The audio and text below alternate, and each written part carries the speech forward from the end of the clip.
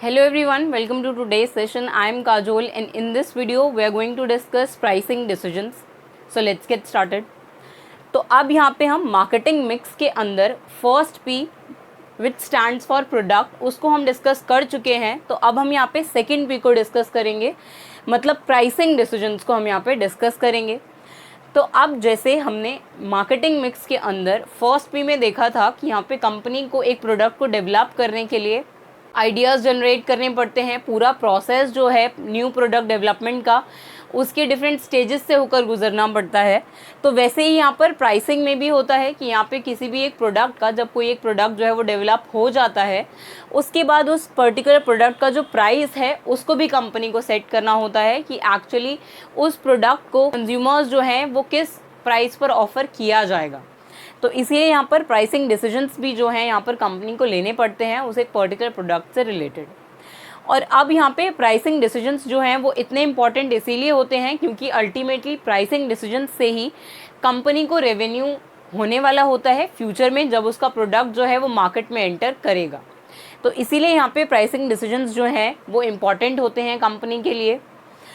तो अब यहाँ पे प्राइसिंग डिसीजंस जो हैं वो यूजुअली टॉप मैनेजमेंट लेते हैं कि अगर किसी भी प्रोडक्ट का जो प्राइस है उसको सेट करना है तो वहाँ पर टॉप मैनेजमेंट का ये रोल होता है कि वो डिसाइड करे कि एक्चुअली क्या प्राइस हमें उस प्रोडक्ट के लिए सेट करना चाहिए। तो अब यहाँ पे प्राइसिंग डिसीजंस की जो इम्पोर्टेंट है वो हम यहाँ पे समझ गए। तो अब हम देखते हैं कि यहाँ पे फैक्टर्स कौन से होंगे जो अफेक्ट करेंगे प्राइसिंग डिसीजंस को। तो अब यहाँ पे टू टाइप्स ऑफ फैक्टर्स हैं, एक इंटरनल फैक्टर्स हैं और एक्सटर्नल फैक्टर्स हैं जो अफेक्ट करते हैं प्राइसिंग डिसीजंस को।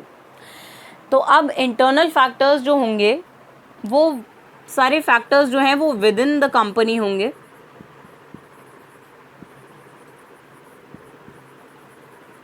और जो एक्सटर्नल फैक्टर्स होंगे वो आउटसाइड द कंपनी होंगे।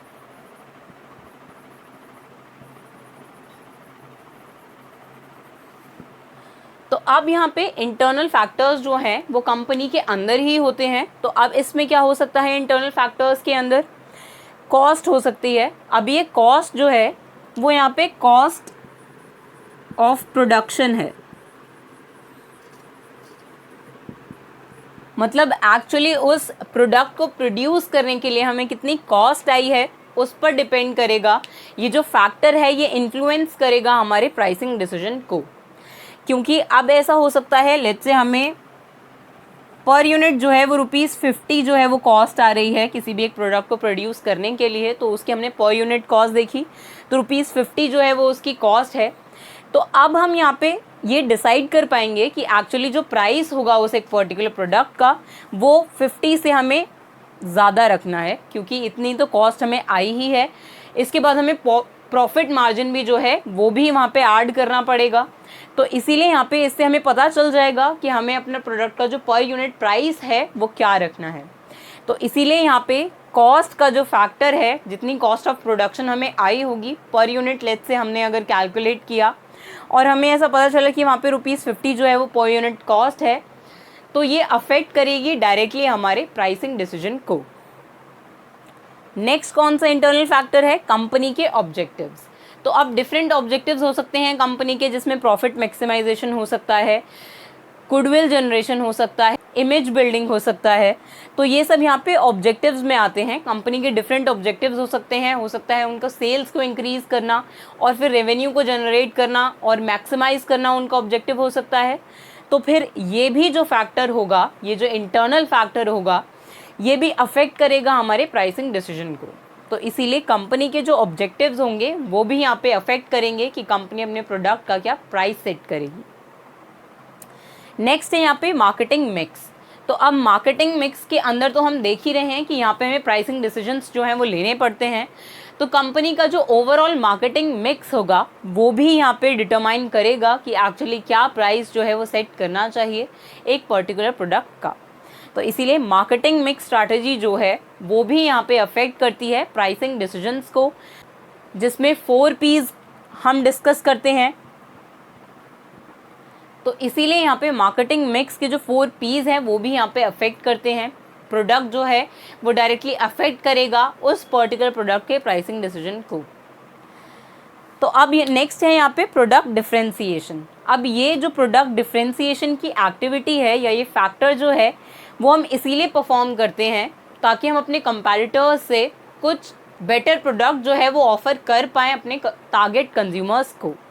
तो प्रोडक्ट डिफ्रेंसिएशन का मतलब होता है कि हम अपने प्रोडक्ट की जो क्वालिटी है, लेट्स कोई भी एक फ़ीचर जो है वो हम ऐड कर रहे हैं प्रोडक्ट में, उसकी क्वालिटी को इंक्रीज़ कर रहे हैं, उसमें फ़ीचर्स ऐड कर रहे हैं या उसका प्राइस रिड्यूस कर रहे हैं या इंक्रीज़ कर रहे हैं।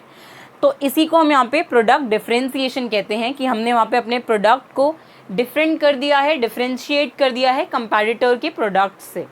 तो इसीलिए जो कस्टमर्स होंगे वो हमारे प्रोडक्ट की तरफ अट्रैक्ट होंगे अगर वो उसके अट्रैक्टिव फीचर्स होंगे जिसमें प्राइस भी हो सकता है, उसकी क्वालिटी भी हो सकती है और वहाँ पे उसकी इमेज भी हो सकती है। तो इसीलिए इसी को हम यहाँ पे प्रोडक्ट डिफ्रेंसिएशन कहते हैं। ये फैक्टर भी जो होगा ये भी हमें हेल्प करेगा डिटरमाइन करने में प्राइसिंग डिसीजन को। तो अब यहाँ पे प्रोडक्ट डिफ्रेंसिएशन जो है वो अफेक्ट करता है कॉस्ट ऑफ प्रोडक्ट को,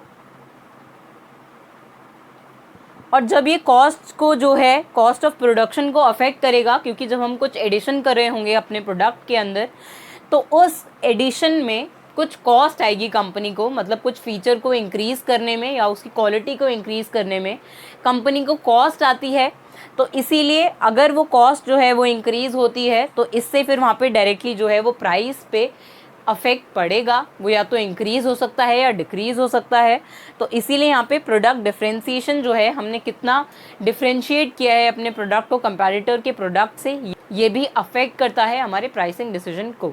तो इसीलिए ये फैक्टर जो है वो इम्पॉर्टेंट है यहाँ पर कि प्रोडक्ट डिफ्रेंसिएशन भी जो है वो भी एक इंटरनल फैक्टर है जो अल्टीमेटली अफेक्ट करेगा। नेक्स्ट है यहाँ पे टॉप मैनेजमेंट। तो अब यहाँ पे हमने यहीं पर डिस्कस किया था कि प्राइसिंग डिसीजन जो है वो एक्चुअली यूजुअली टॉप मैनेजमेंट जो है वही यहाँ पर ये डिसीजन लेते हैं। तो अब यहाँ पे टॉप मैनेजमेंट पर डिपेंड करेगा कि वो एक्चुअली कितना प्रॉफिट मार्जिन जो है वो एक्सट्रैक्ट करना चाहते हैं मार्केट से, अपना मार्केट शेयर जो है वो कितना इंक्रीज़ करना चाहते हैं, किस रेंज ऑफ कस्टमर्स तक वो पहुँचना चाहते हैं, या क्या डिस्ट्रीब्यूशन लेवल होगा उनका, क्या चैनल होगा। तो ये सब यहाँ पे टॉप मैनेजमेंट जो है वो डिसाइड करते हैं और इससे फिर वो डायरेक्टली जो है वो प्राइसिंग डिसीजन जो है वो अफेक्ट होते हैं। तो इसीलिए यही सब इंटरनल फैक्टर्स हैं जो कि अफेक्ट करते हैं प्राइसिंग डिसीजन को एक पर्टिकुलर प्रोडक्ट के कंपनी के अंदर। तो अब इन इंटरनल फैक्टर्स में हमने देखा कि ये विद इन द कंपनी होते हैं और इसमें कॉस्ट ऑफ प्रोडक्शन हो सकता है, कंपनी के ऑब्जेक्टिव्स हो सकते हैं, मार्केटिंग मिक्स स्ट्रैटेजी जो है वो भी यहाँ पर अफेक्ट कर सकती है, प्रोडक्ट डिफ्रेंसिएशन हो सकता है और टॉप मैनेजमेंट भी हो सकता है। तो अब इंटरनल फैक्टर्स के बाद यहाँ पे आते हैं एक्सटर्नल फैक्टर्स। अब एक्सटर्नल फैक्टर्स को हमने देखा कि ये सारे फैक्टर्स जो हैं वो आउटसाइड द कंपनी होते हैं, कि अब वो इंटरनल टू द कंपनी नहीं है, कंपनी के बाहर जो भी सारे फैक्टर्स अफेक्ट कर रहे हैं प्राइसिंग को उसको हम यहाँ पे डिस्कस करेंगे। तो अब यहाँ पे डिमांड, मतलब मार्केट डिमांड की बात यहाँ पर हो रही है। तो अब यहाँ पे डिमांड जो है और प्राइस का यहाँ पे इन्वर्स रिलेशनशिप होता है कि मतलब अगर डिमांड इंक्रीज़ होगी तो प्राइजेज़ जो हैं डिक्रीज़ हो जाते हैं, अगर प्राइजेज़ इंक्रीज़ होंगे तो डिमांड डिक्रीज़ हो जाती है। तो इसी को हम कहते हैं कि यहाँ पे डिमांड और प्राइस के बीच में इन्वर्स रिलेशनशिप होता है। तो यहाँ पे हमने देख लिया कि जो डिमांड है वो तो अफेक्ट करेगी ही यहाँ पर प्राइसिंग डिसीजंस को। तो कंपनी को अगर ऐसा लगता है, जो मार्केटर्स हैं उनको ऐसा लगता है कि जो प्रोडक्ट की डिमांड है वो इस वक्त मार्केट में ज़्यादा है, तो वो क्या करेंगे, अपने प्राइजेस को डिक्रीज़ कर देंगे ताकि उनका ज़्यादा से ज़्यादा प्रोडक्ट जो है वो कस्टमर्स जो है उसको परचेज़ करें और अट्रैक्ट हों उसी एक पर्टिकुलर प्रोडक्ट की तरफ। तो अब ये जो डिमांड फैक्टर है यहाँ पे सप्लाई से भी रिलेटेड है, और ये हमने देखा ही यहाँ पर कि जो डिमांड है वो डायरेक्टली अफेक्ट करेगा हमारे प्राइसिंग डिसीजंस को, यानी मार्केट में जो डिमांड होगी वो भी हमें हेल्प करेगी डिटरमाइन करने में कि हमें प्रोडक्ट का जो प्राइस है वो क्या फिक्स करना चाहिए। तो ऐसा होता है अगर कि डिमांड जो है वो कम है अभी मार्केट में तो हमें प्राइसेस को इंक्रीज़ करना चाहिए ताकि हम ज़्यादा वैल्यू जो है वो कंपनी के लिए जनरेट कर पाएँ। और अगर ऐसा होता है कि मार्केट में डिमांड जो है वो ज़्यादा है तो फिर उस केस में हम यहाँ पे प्राइजेस जो हैं वो डिक्रीज़ कर देते हैं ताकि उस केस में कस्टमर्स जो हैं वो उस एक पर्टिकुलर प्रोडक्ट की तरफ अट्रैक्ट हों और उसको परचेज़ करें। बायर्स, तो अब यहाँ पे बायर्स भी जो है वो अफेक्ट करते हैं प्राइसिंग डिसीजन को, जो कि एक्सटर्नल टू द कंपनी होते हैं, एक्सटर्नल फैक्टर्स होते हैं।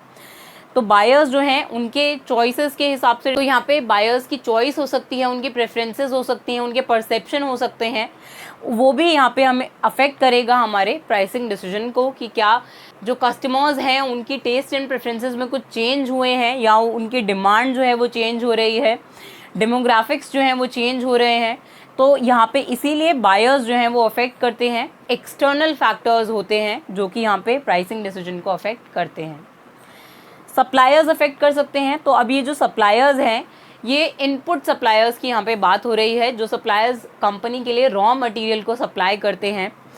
तो अब यहाँ पे सप्लायर्स जो हैं वो अगर अब रॉ मटेरियल का जो वैल्यू होगी उसको इंक्रीज़ कर देंगे, तो उससे हमें फिर कॉस्ट ऑफ प्रोडक्शन जो है वो भी इंक्रीज़ हो जाएगी। और जो हमने यहाँ पर देखा कि अगर कॉस्ट ऑफ प्रोडक्शन जो है वो इंक्रीज़ हो जाती है, तो फिर उस केस में यहाँ पे हम प्राइजेस को भी इंक्रीज़ कर देते हैं, ताकि हम यहाँ पे अपनी कॉस्ट को कवर कर पाएँ और प्रॉफिट मार्जिन को इंक्रीज़ कर पाएँ।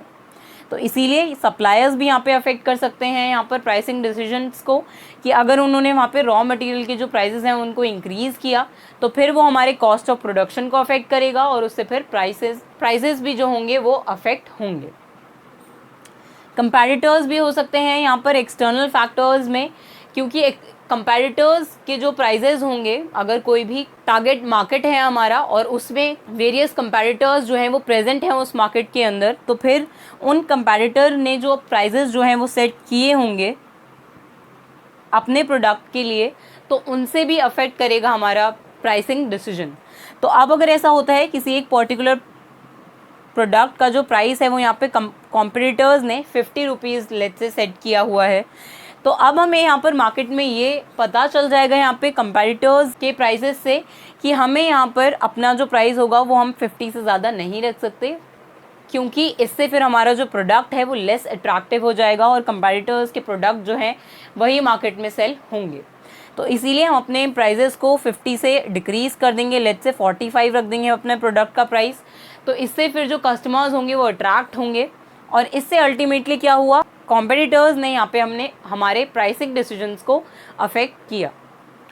नेक्स्ट है यहाँ पे गवर्नमेंट। तो अब गवर्नमेंट की रेगुलेशंस में अगर कोई चेंजेस हो जाते हैं, लेट्स से गवर्नमेंट कोई प्राइस सीलिंग जो है वो लगा देती है कि आप यहाँ पे ये जो मैक्सिमम प्राइस है इससे ज़्यादा आप चार्ज नहीं कर सकते कस्टमर्स से, तो इससे भी यहाँ पे इफेक्ट पड़ेगा प्राइसिंग डिसीजंस पर, क्योंकि यहाँ पे गवर्नमेंट की ऐसी रेगुलेशंस हैं, वहाँ पे गवर्नमेंट ने प्राइस सीलिंग जो है वो लगा दिया है किसी एक पर्टिकुलर प्रोडक्ट के ऊपर कि हम उससे ज़्यादा प्राइस पर उस प्रोडक्ट को सेल नहीं कर सकते। तो इससे भी हमारे प्राइसिंग डिसीजन जो हैं वो अफेक्ट होते हैं। तो इसीलिए यहाँ पे गवर्नमेंट भी जो है वो अफेक्ट कर सकती है हमारी प्राइसिंग डिसीजंस को। नेक्स्ट है इकोनॉमिक फैक्टर्स। तो अब इकोनॉमिक फैक्टर्स में यहाँ पे अगर फेवरेबल इकोनॉमिक कंडीशंस हैं तो उस केस में हम हायर प्राइजेस भी चार्ज कर सकते हैं, अपने प्राइजेस को हाई भी सेट कर सकते हैं। लेकिन अगर अनफेवरेबल इकोनॉमिक कंडीशंस हैं तो फिर उस केस में हम वहाँ पे लो प्राइजेस को चार्ज करेंगे। तो इसीलिए यहाँ पे इकोनॉमिक फैक्टर्स भी जो हैं वो डायरेक्टली अफेक्ट करेंगे हमारे प्राइसिंग डिसीजन को। तो अब यही दोनों फैक्टर्स जो हैं वो हमने देखे ब्रॉडली कि इंटरनल फैक्टर्स के अंदर यहाँ पे cost, objectives, marketing mix, product differentiation and top management जो है वो अफेक्ट करेगा हमारे प्राइसिंग डिसीजंस को। ऐसे ही यहाँ पे एक्सटर्नल फैक्टर्स के अंदर demand, buyers, suppliers, comparators, government and economic factors जो हैं वो अफेक्ट करेंगे प्राइसिंग डिसीजंस को। तो आई होप आपको यहाँ पे फैक्टर्स अफेक्टिंग प्राइसिंग डिसीजंस जो है वो समझ में आया होगा। तो अब यहाँ पे हम डिस्कस करेंगे प्राइसिंग पॉलिसीज़ को। तो अब प्राइसिंग डिसीजंस लेने से पहले हम यहाँ पे पॉलिसीज़ को भी सेट करते हैं कि कौन सी प्राइसिंग पॉलिसीज़ जो है वो हम अडॉप्ट करेंगे। तो अब यहाँ पे 4 डिफरेंट प्राइसिंग पॉलिसीज़ जो हैं उनको हम यहाँ पे डिस्कस करेंगे, जिनमें फर्स्ट है यहाँ पे डिमांड ओरिएंटेड प्राइसिंग, नेक्स्ट है cost oriented pricing, then competition oriented pricing, then value based pricing. तो अब यहाँ पे हम डिमांड ओरिएंटेड प्राइसिंग से स्टार्ट करते हैं। तो अब डिमांड ओरिएंटेड प्राइसिंग का मतलब है कि यहाँ पर जो मार्केट में डिमांड एंड सप्लाई फोर्सेस हैं वो डिटरमाइन करेंगे कि हम यहाँ पे अपना कौन सा प्राइस जो है वो सेट करेंगे, क्योंकि ये बेसिक रूल है इकोनॉमिक्स का कि यहाँ पर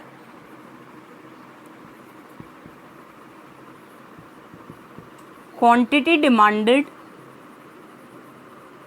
अगर इंक्रीज होता है तो उसके बदले में फिर जो प्राइसेस होंगे वो डिक्रीज़ करते हैं, इन वाइस वर्सा, जो कि हमने यहाँ पर देखा कि डिमांड एंड प्राइस का जो है वो इन्वर्स रिलेशनशिप होता है। तो उसी की बात यहाँ पे हो रही है कि यहाँ पे अगर क्वांटिटी डिमांडेड जो है वो इंक्रीज़ होती है तो फिर उस केस में प्राइसेस जो हैं वो डिक्रीज़ हो जाते हैं। तो इसीलिए जो डिमांड एंड प्राइस है उनका इन्वर्स रिलेशनशिप है, इसीलिए यहाँ पे डिमांड ओरिएंटेड प्राइसिंग जो है उसको कंपनी अडॉप्ट कर सकती है। इस पॉलिसी से भी जो कंपनी है वो अपने प्राइसिंग डिसीजंस जो हैं वो ले सकती है। तो इसीलिए यहाँ पे मार्केट में डिमांड एंड सप्लाई फोर्सेस जो हैं उसी से हम डिटरमाइन करेंगे कि हमें कौन से प्राइसेस जो हैं वो सेट करने चाहिए। और यहाँ पे जो बेसिक रूल है इकोनॉमिक्स का कि यहाँ पर क्वांटिटी डिमांडेड जो है वो अगर इंक्रीज़ होती है तो फिर प्राइसेस जो हैं वो डिक्रीज़ हो जाएंगे। तो इन फैक्टर्स के बेसिस पे भी हम यहाँ पे अपने प्राइसेस को सेट कर सकते हैं। अब यहाँ पे अगर ऐसा होता है कि सप्लाई जो है वो डिक्रीज़ हो जाती है और डिमांड यहाँ पे मार्केट में ज़्यादा है, तो फिर इस केस में यहाँ पे प्राइसेस जो हैं वो राइज़ करेंगे, मतलब इंक्रीज़ हो जाएंगे प्राइसेस प्रोडक्ट्स के, क्योंकि यहाँ पे डिमांड जो है वो ज़्यादा है और सप्लाई जो है वो कम है। तो इसीलिए हम यहाँ पे कह रहे हैं कि मार्केट में डिमांड एंड सप्लाई फोर्सेस जो है वो भी यहाँ पे प्राइसेस को जो है वो डिटरमाइन करती हैं। अगर ऐसा होता है कि यहाँ पे सप्लाई ज़्यादा हो जाती है और डिमांड कम होती है तो फिर उस केस में यहाँ पे प्राइसेस जो है वो डिक्रीज़ हो जाएंगे। लेकिन अगर इसका रिवर्स होता है कि यहाँ पे सप्लाई जो है वो कम होती है और डिमांड ज़्यादा होती है तो फिर उस केस में हम प्राइसेस को इंक्रीज़ कर सकते हैं, क्योंकि जितनी डिमांड है मार्केट में उसको फुलफ़िल करने के लिए सप्लाई जो है मार्केट में उतनी नहीं है। तो यही यहाँ पर डिमांड ओरिएंटेड प्राइसिंग पॉलिसी के अंदर होता है कि जो कंपनीज़ होंगी, जो मार्केटर्स होंगे, वो मार्केट फोर्सेस को देखकर ही जो प्रोडक्ट का प्राइस है उसको डिटरमाइन करेंगे या उसको सेट करेंगे। नेक्स्ट है यहाँ पे कॉस्ट ओरिएंटेड प्राइसिंग। तो अब कॉस्ट ओरिएंटेड प्राइसिंग में कॉस्ट को हमने यहाँ पर भी डिस्कस किया कि यहाँ पे कॉस्ट का मतलब है कॉस्ट ऑफ प्रोडक्शन से। तो अब यहाँ पे कॉस्ट ओरिएंटेड प्राइसिंग के अंदर हम यहाँ पे 3 टाइप्स ऑफ प्राइसिंग पॉलिसीज़ को जो है वो अडॉप्ट कर सकते हैं, जिनमें से फर्स्ट है कॉस्ट प्लस प्राइसिंग। तो अब यहाँ पे कॉस्ट प्लस प्राइसिंग का मतलब है प्रोडक्ट की जो कॉस्ट होगी प्लस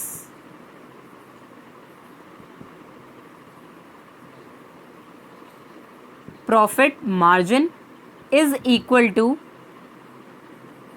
सेलिंग प्राइस और just price.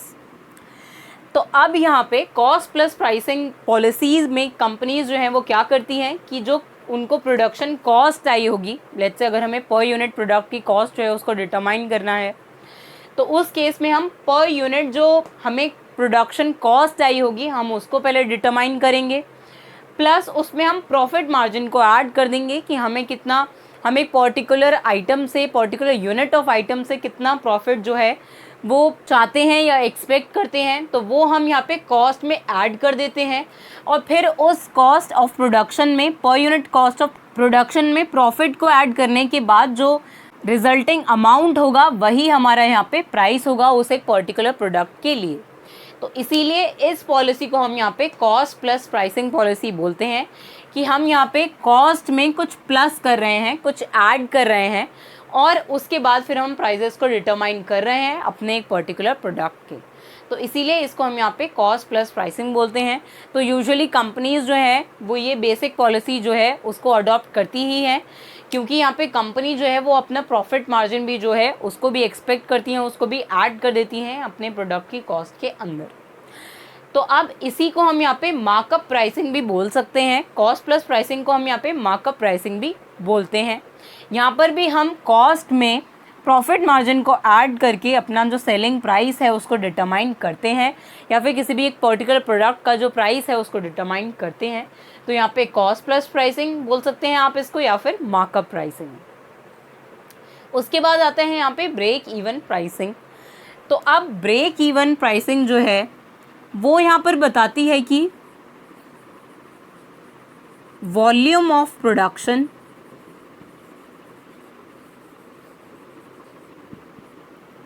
where there is no profit और लॉस।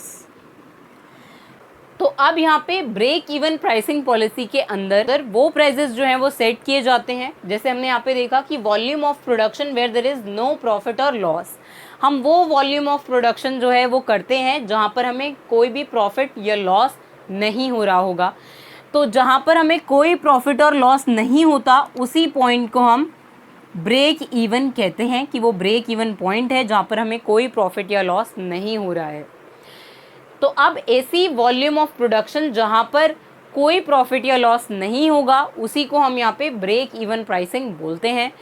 तो अब ब्रेक इवन प्राइसिंग के अंदर हम इसको इफ़ेक्टिव इसीलिए मानते हैं, जो मार्केटर्स होते हैं वो इस स्ट्रैटेजी को तभी अडॉप्ट करते हैं क्योंकि यहाँ पर जो ब्रेक इवन प्राइसिंग है इसका ये बेनिफिट होता है कि यहाँ पर कंपनी जो है उसकी वेरिएबल कॉस्ट और फिक्स्ड कॉस्ट जो भी उस एक प्रोडक्ट को प्रोड्यूस करने में आ रही होगी, ये इन दोनों कॉस्ट को कंसिडर करता है, कंसिडरेशन में लेता है। तो इसीलिए यहाँ पर जो ब्रेक इवन प्राइसिंग है इसका यही बेनिफिट है कि यहाँ पे कंपनीज जो हैं वो वेरिएबल कॉस्ट और फिक्स्ड कॉस्ट दोनों को ही कंसिडर करते हैं इस केस में, और इसके बाद वो प्राइसेस जो हैं उनको डिटरमाइन करते हैं। तो अब यहाँ पे ब्रेक इवन प्राइसिंग का जो फॉर्मूला है, मतलब जो ब्रेक इवन प्राइसिंग कैसे कैलकुलेट की जाती है उसको हम देखते हैं यहाँ पर। तो अब ब्रेक इवन प्राइसिंग का फॉर्मूला होता है fixed cost upon selling price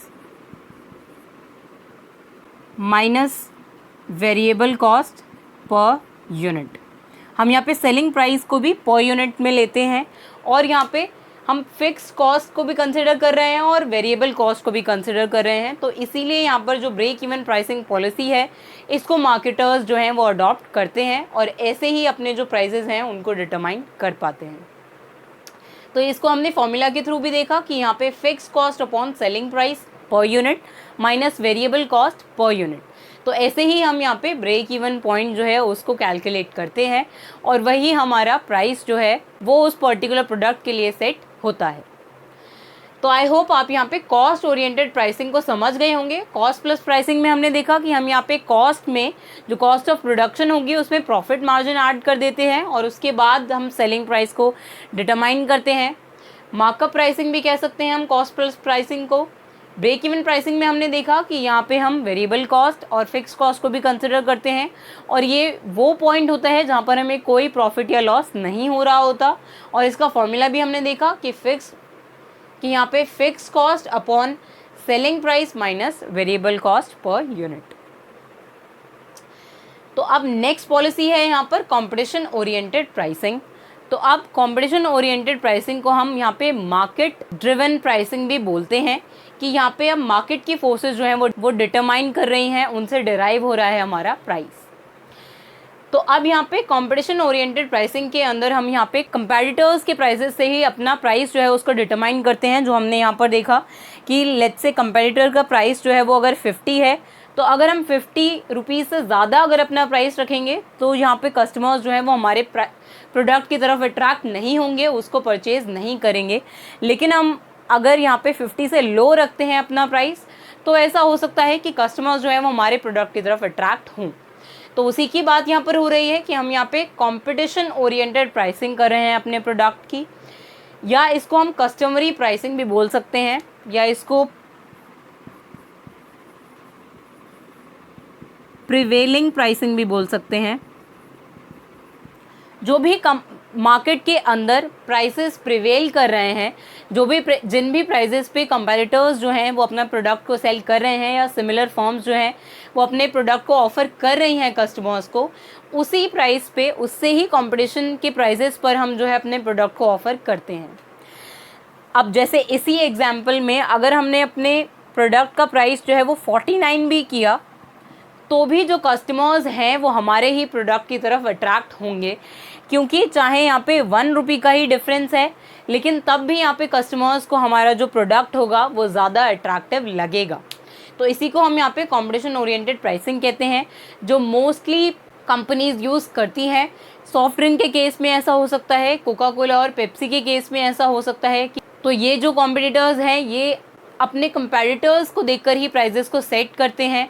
इस केस में यहाँ पे टेलीकॉम कंपनीज़ का भी एग्जांपल हम ले सकते हैं, वोडाफोन या एयरटेल का एग्जांपल ले सकते हैं, जियो का एग्जांपल ले सकते हैं। तो ऐसे बहुत सारे एग्जांपल हैं जो यहाँ पे कंपटीशन ओरिएंटेड प्राइसिंग जो है जो कंपनीज़ यूज़ करती हैं। तो अब यहाँ पे हमने देख लिया कि हम कंपटीशन प्राइसिंग में यहाँ पे कस्टमरी प्राइसिंग भी कहते हैं इसको, कि जब हम जो प्रिवेल कर रहे होंगे मार्केट में प्राइसेस, उन्हीं प्राइसेस पर अपने प्रोडक्ट जो है उनको ऑफर करते हैं। लास्ट है यहाँ पे वैल्यू बेस्ड प्राइसिंग। तो अब वैल्यू बेस्ड प्राइसिंग से हमें यहाँ पे पता चल रहा है कि यहाँ पे वैल्यू की बात हो रही है, कि यहाँ पे कस्टमर के लिए वैल्यू, कि यहाँ पे कस्टमर के पॉइंट ऑफ व्यू से हम देख रहे हैं कि वैल्यू बेस्ड प्राइसिंग हो रही है यहाँ पर, कि कस्टमर के लिए वो प्रोडक्ट कितनी वैल्यू जनरेट कर रहा है, उस बेसिस पर हमने प्राइजेस को सेट करेंगे।